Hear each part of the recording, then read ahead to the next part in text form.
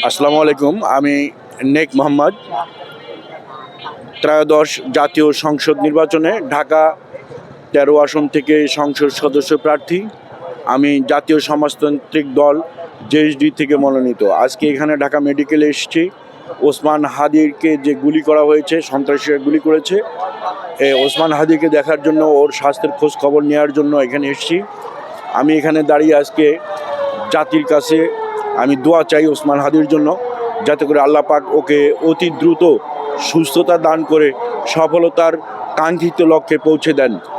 আমি সরকারের কাছে অনুরোধ করব, যে সকল সন্ত্রাসীরা ওসমান হাদিকে গুলি করেছে, আপনারা সবাই জানেন ওসমান হাদি কিন্তু একটা বাংলাদেশের খুব একটা ইম্পর্টেন্ট পারসন, কারণ ও ইনকিলাব মঞ্চের মুখপত্র।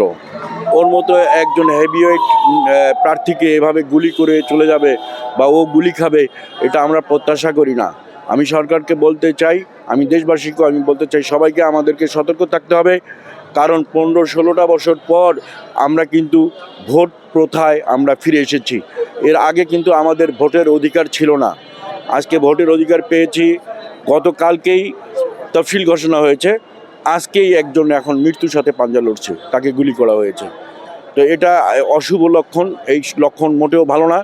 আমি আজকে রাত থেকেই আমি সকল বাহিনীকে এই অবৈধ অস্ত্র উদ্ধার এবং সন্ত্রাসীদের গ্রেপ্তার করার অভিযান পরিচালনার জন্য আমি বিশেষভাবে দাবি জানাচ্ছি।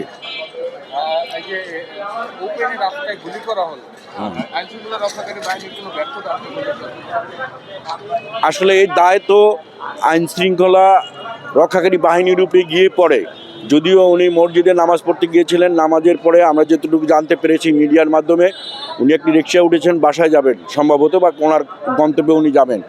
এই মুহূর্তে সন্ত্রাসীরা এসে তাকে গুলি করে অতি দ্রুত স্থান ত্যাগ করলো। এখন প্রশাসন যদি তাকে আজকে রাত্রের মধ্যে যদি তাকে ধরতে ব্যর্থ হয়, কারণ ভিডিও ফুটেজ পাওয়া গেছে, যদি ব্যর্থ হয় তাহলে মনে করব এখানে প্রশাসনের ব্যর্থতা আছে।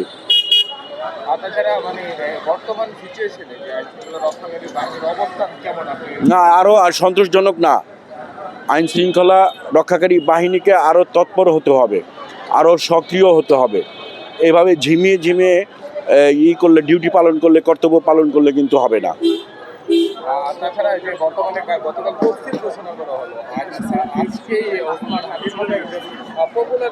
মানুষকে গুলি করা, এটা খুবই দুঃখজনক।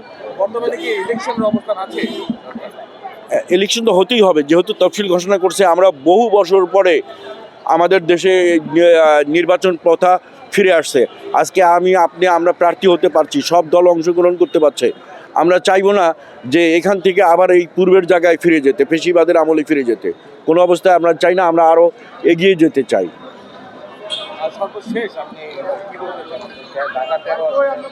আমি ঢাকা ১৩ আসনের যারা বাসিন্দা, বিশেষ করে মোহাম্মদপুর, আদাবর এবং শেরেবাংলানগর, আমি ওখানকার বাসিন্দাদেরকে আমি বলবো যে আপনারা দুঃসময় যাকে পাশে পান, আর সমাজ সেবায় যাদেরকে সবসময় আপনারা দেখে এসেছেন তাদেরকে নির্বাচন দিবেন। আপনারা দয়া করে আপনার কী বলে ওটাকে,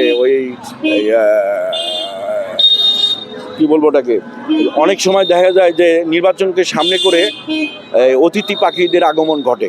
ওরা কোটি কোটি টাকার মালিক, টাকার লোভ দেখাবে। কোনো অবস্থাতেই আমরা টাকার লোভে পড়বো না। আমরা যাদেরকে কাছে পাবো তাদেরকে আমরা ভোট দিব।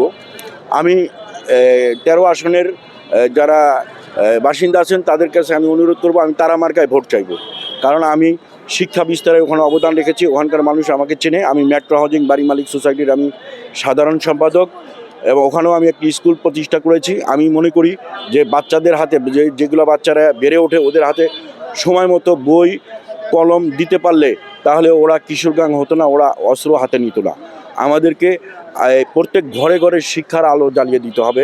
প্রত্যেক মানুষকে সচেতন করতে হবে যে শিক্ষা ছাড়া কখনো কোনো জাতি, কোনো দেশ আগাইতে পারে না।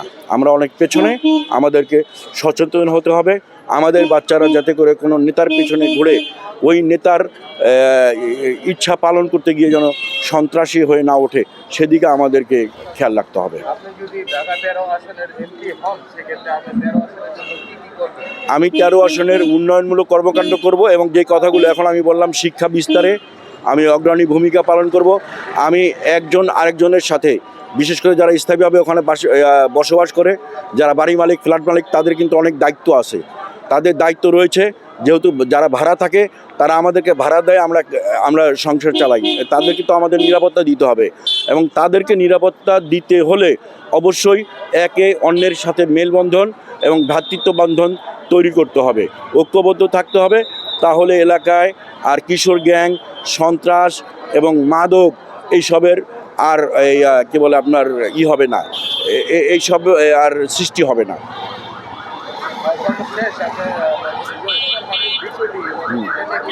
আমি আজকের মধ্যে আমি দেশবাসীর পক্ষে, এই 18 কোটি মানুষের পক্ষ থেকে বলছি যে আজকের মধ্যে যেন যারা শুটার, এরা তো খুব প্রশিক্ষিত শুটার, দেখে বোঝা যায়, এদেরকে যেন আজকের মধ্যে যেন গ্রেপ্তার করে। পুলিশ পারে, আমার দেশের পুলিশ যদি ইচ্ছা করে, আমার দেশের আইন শৃঙ্খলা রক্ষাকারী বাহিনীতে যারা আছেন ওনারা যদি চেষ্টা করেন, ইচ্ছা করেন, তাহলে ওনারা সবই করতে পারেন। আপনারা জানেন ইতিমধ্যে সম্প্রতি সময়ে মোহাম্মদপুরে মা মেয়ে জোড়া খুন হলো, সেই জোড়া খুনের যে আসামি তাকে কিন্তু ওই একদিনের মধ্যে কিন্তু বরিশাল থেকে তাকে গ্রেপ্তার করে ধরে নিয়ে আসছে।